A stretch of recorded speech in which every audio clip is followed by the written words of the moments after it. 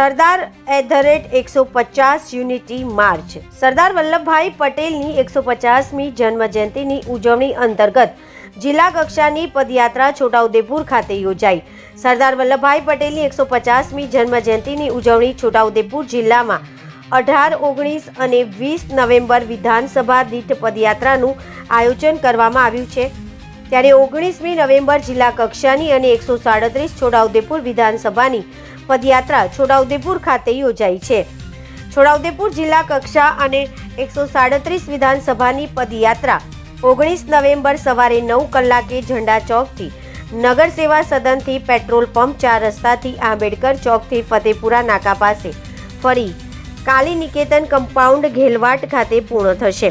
ભારત સરકાર દ્વારા સરદાર વલ્લભભાઈ પટેલની 150મી જન્મજયંતિની ઉજવણીનું આયોજન કરવામાં આવ્યું છે.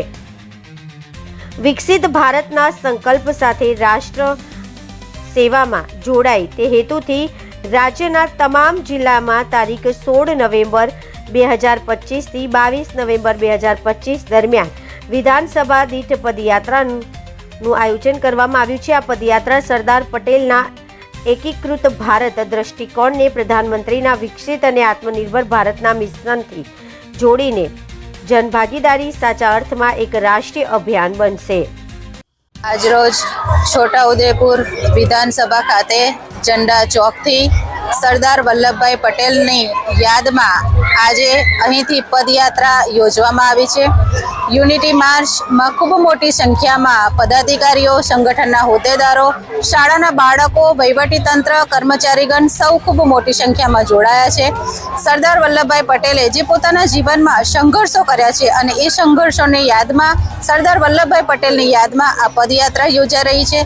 એક ભારત શ્રેષ્ઠ ભારત બનાવવા માટે અને સૌ દેશવાસીઓને એક રાખવા માટે આ એકતા માટેનો એક સંદેશ આપવામાં આવે છે અને એની સરદાર વલ્લભભાઈ પટેલની યાદમાં આજરોજ છોટાઉદેપુર ખાતે ઝંડા ચોકથી આજે આનો શુભારંભ કરવામાં આવી રહ્યો છે.